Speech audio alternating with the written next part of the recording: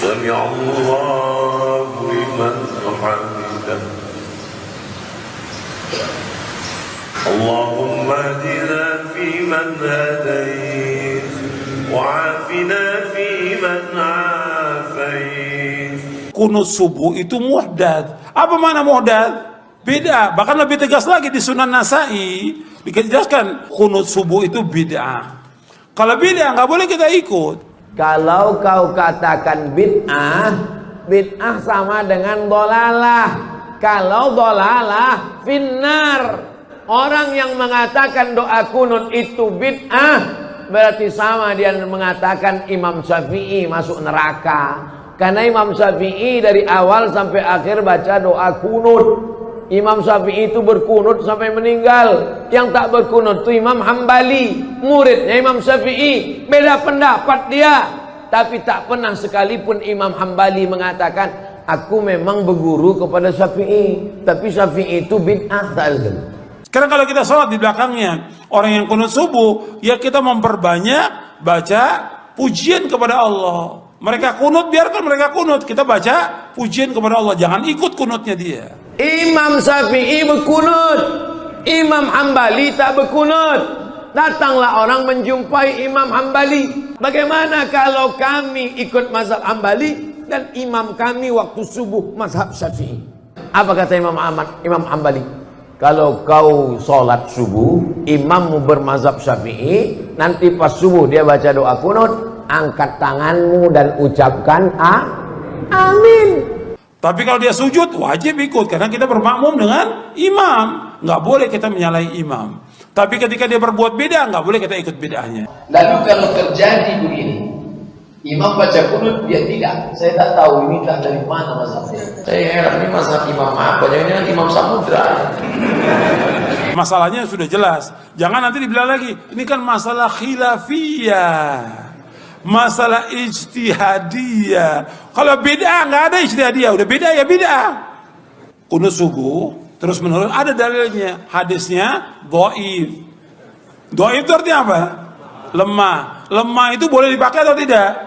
Nggak boleh dipakai. Buka kitab Al-Um. Al-Um punya siapa? Imam Syafi'i. Imam Syafi'i itu gelarnya apa? Nasirus Sunnah, penolong sunnah. Apa kata Imam Syafi'i dalam kitab Al-Um?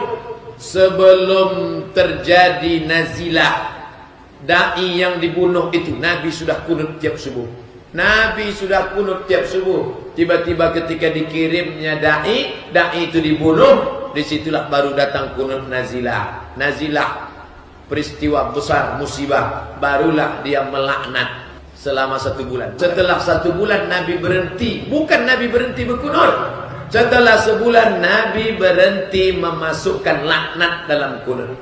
Jadi bukan Nabi berkunut cuma sebulan. Nabi berkunut dari awal sampai akhir, tapi selama sebulan itu ada laknatnya. Summa tarakahu, kemudian Nabi meninggalkan, bukan meninggalkan kunut, meninggalkan laknat. Laknatnya tinggal, kunutnya tetap. Yang menyatakan bahwa kunut subuh itu bid'ah dan pelakunya ahli bid'ah, ini sebuah pernyataan yang keliru, bahkan fatal kekeliruannya.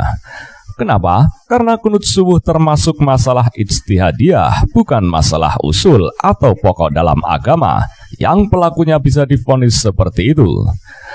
Oleh karenanya, para ulama berselisih pendapat di dalamnya. Ada yang berpendapat disyariatkan dan ada yang tidak.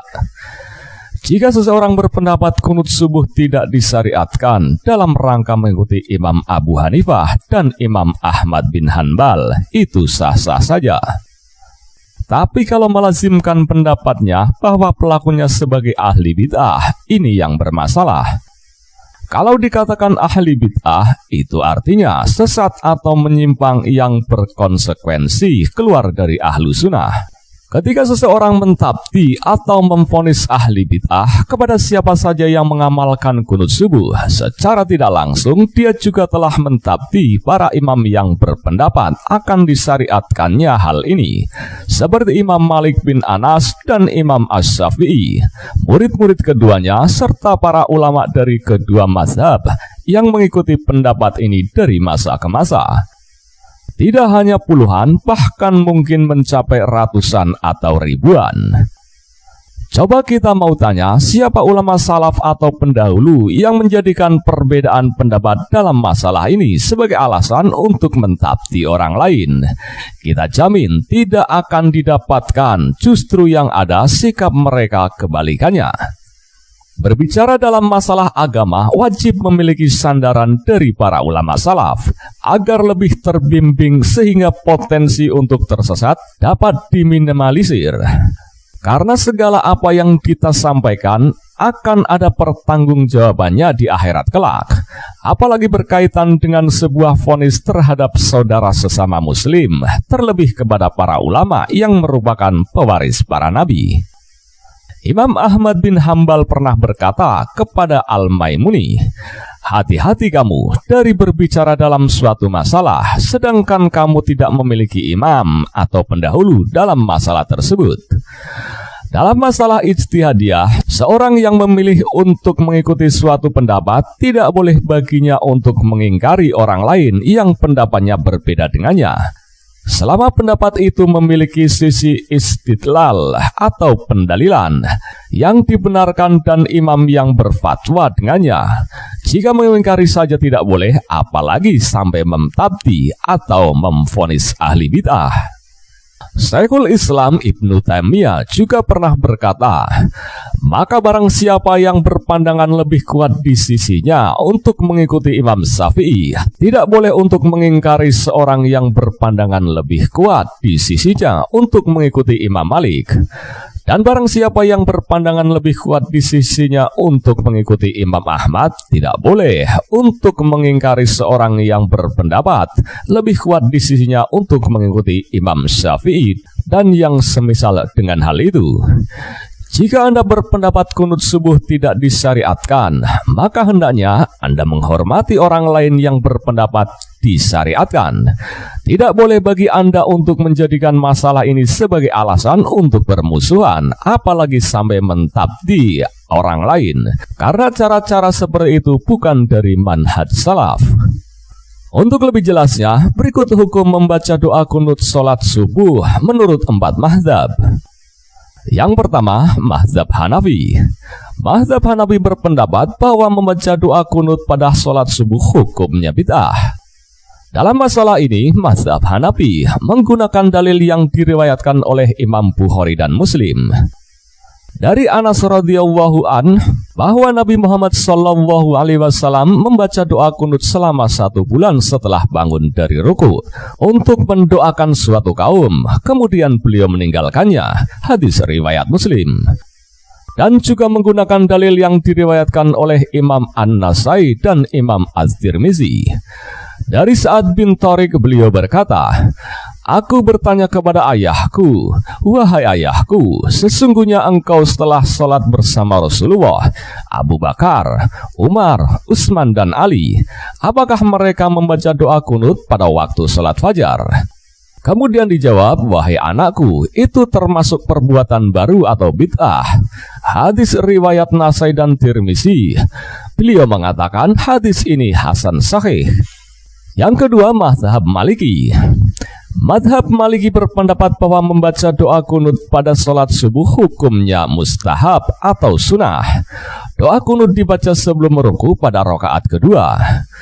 Dalam masalah ini, mazhab Maliki menggunakan dalil yang diriwayatkan oleh Imam Bukhari dan Imam Muslim. Dari Asim radhiyallahu an bahwa Anas bin Malik ditanya tentang kunut, dijawab, "Ya, dulu kami membaca doa kunut apakah sebelum ruku atau setelahnya?" Dijawab, "Sebelum ruku." Hadis riwayat Bukhari. Dan juga menggunakan dalil sahih yang diriwayatkan oleh Imam Al-Baihaqi dan Imam Ad-Daruqutni. Dari Anas bin Malik radhiyallahu anhu bahwa Nabi Muhammad sallallahu alaihi wasallam melakukan doa kunut selama sebulan mendoakan keburukan untuk mereka, kemudian meninggalkannya. Adapun pada salat subuh, beliau tetap melakukan doa kunut sampai meninggal dunia. Hadis riwayat Al-Baihaqi dan Ad-Daruqutni dengan sanad yang sahih. Derajat hadis ini dinyatakan sahih menurut beberapa ulama hadis, di antaranya Imam Al-Hakim dalam kitab Al-Arba'innya berkata bahwa hadis ini sahih. Diriwayatkan juga oleh Imam Ad-Daruqutni dan Imam Al-Baihaqi dengan sanad yang sahih. Yang ketiga, mazhab Syafi'i. Mazhab Syafi'i berpendapat bahwa membaca doa kunut pada salat subuh hukumnya sunnah muakkad. Doa kunut dibaca setelah ruku pada rakaat kedua. Dalam masalah ini, mazhab Syafi'i menggunakan dalil yang diriwayatkan oleh Imam Bukhari dan Imam Muslim. Dari Ibnu Sirin radhiyallahu an bahwa Anas bin Malik ditanya, apakah Nabi SAW membaca doa kunut pada sholat subuh? Dijawab, iya. Apakah sebelumnya ruku? Dijawab, setelah ruku sejenak. Hadis riwayat Muslim. Dan juga menggunakan dalil sahih yang diriwayatkan oleh Imam Baihaqi dan Imam Ad-Daruqutni dari Anas bin Malik radhiyallahu anhu bahwa Nabi SAW selalu melakukan doa kunut selama sebulan, mendoakan keburukan untuk mereka, kemudian meninggalkannya. Adapun pada sholat subuh, beliau tetap melakukan doa kunut sampai meninggal dunia. Hadis riwayat Al-Baihaqi dan Ad-Daruqutni dengan sanad yang sahih. Derajat hadis ini diriwayatkan sahih menurut beberapa ulama hadis, di antaranya Imam Al-Hakim dalam kitab Al-Arba'innya berkata bahwa hadis ini sahih dan diriwayatkan juga oleh Imam Ad-Daruqutni dan Imam Al-Baihaqi dengan sanad yang sahih. Yang keempat, mazhab Hambali. Mazhab Hambali berpendapat bahwa membaca doa kunut pada sholat subuh hukumnya makruh dan tidak disyariatkan. Namun jika bermakmum pada imam yang membaca doa kunut, maka Hambali menganjurkan untuk mengaminkan kunutnya. Dalam masalah ini, mazhab Hambali menggunakan dalil yang diriwayatkan oleh Imam Bukhari dan Muslim. Dari Anas radhiyallahu anhu bahwa Nabi Muhammad SAW membaca doa kunut selama 1 bulan setelah bangun dari ruku. Dan untuk mendoakan suatu kaum, kemudian beliau meninggalkannya. Hadis riwayat Muslim. Dan juga menggunakan dalil yang diriwayatkan oleh Imam An-Nasai dan Imam At-Tirmizi. Dari Sa'ad bin Tariq beliau berkata, aku bertanya kepada ayahku, wahai ayahku, sesungguhnya engkau telah salat bersama Rasulullah, Abu Bakar, Umar, Utsman dan Ali. Apakah mereka membaca doa kunut pada waktu sholat fajar? Kemudian dijawab, wahai anakku, itu termasuk perbuatan baru atau bid'ah. Hadis riwayat Nasai dan Tirmizi. Beliau mengatakan hadis ini hasan sahih.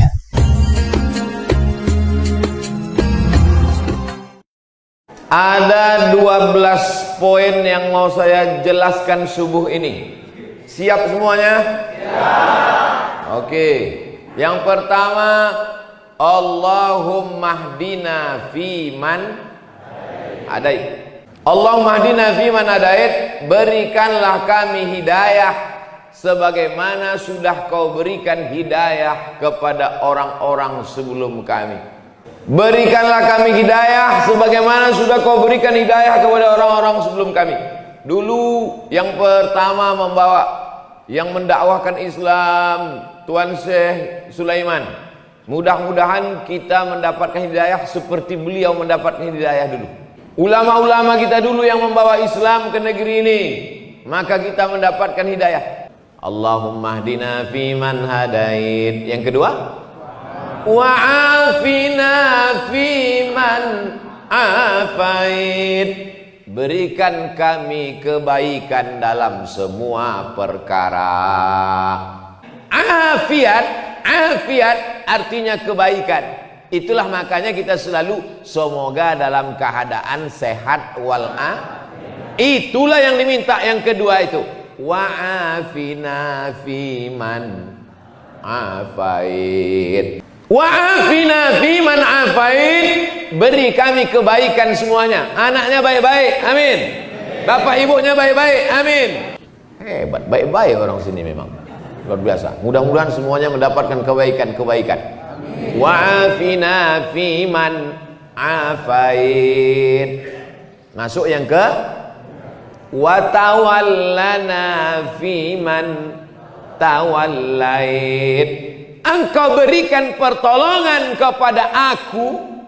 Kalau aku watawallani, kalau kami watawallana. Allahumma hdini fiman hadait wa afini fiman afait wa tawallani aku. Tapi kalau rame-rame Allahumma hdina, Allahumma hdini fiman hadait wa afini fiman afait wa tawallani fiman tawallait. Kau tolong aku sebagaimana kau tolong Nabi Musa dari kejaran Fir'aun bisa melewati Laut Merah. Kau tolong aku sebagaimana kau tolong Nabi Isa dari kejaran orang Yahudi. Kau tolong aku sebagaimana kau tolong Nabi Ibrahim.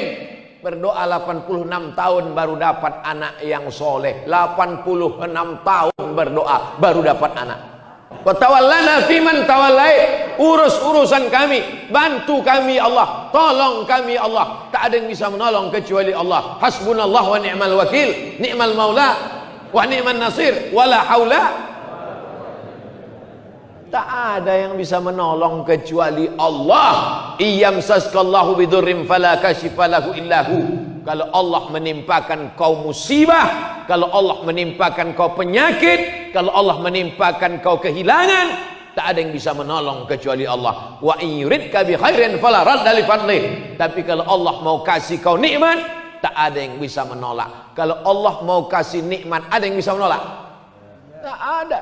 Wa tawallana fiman tawallait. Yang keempat apa?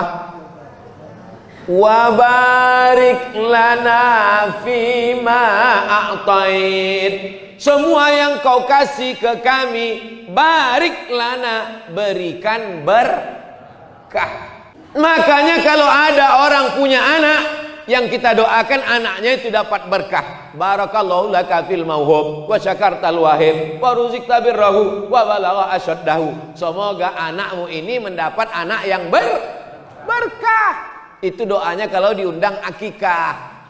Datang diundang akikah, tengok anaknya, doakan barakallahu laka fil mauhub, semoga Allah memberkahi anakmu.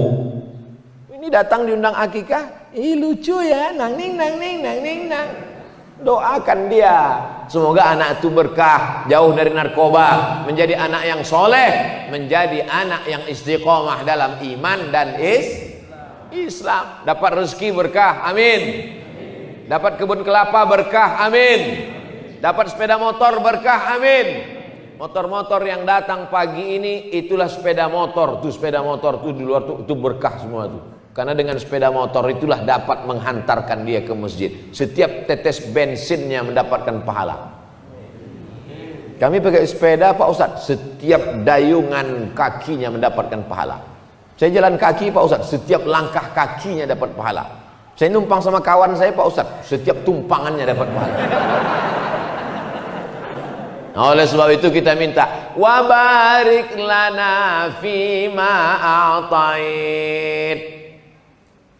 Berikutnya yang ke wa qina bi rahmatika syarra ma qadait. Jaga kami dari takdir yang tak baik. Ada orang yang hari ini tanggal 9 Agustus 2020 ditakdirkan yang tak baik, melanggar anak ayam. Melanggar anak ayam itu takdir tak baik.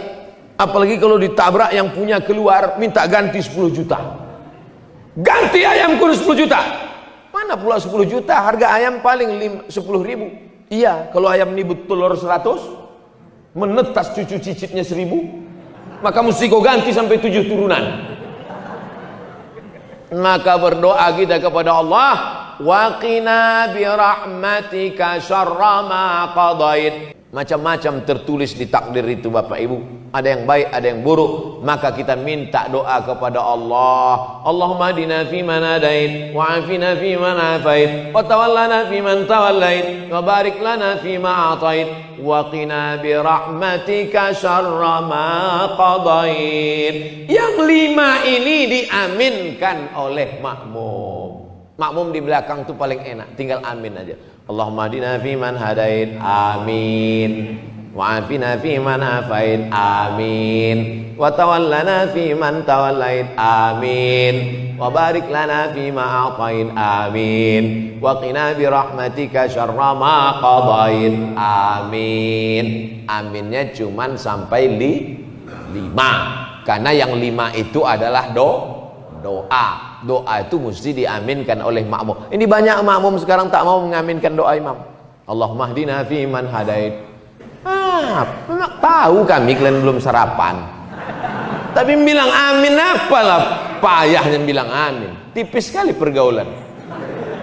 Bilang amin aja payah. Amin. Tapi aminnya mesti tepat.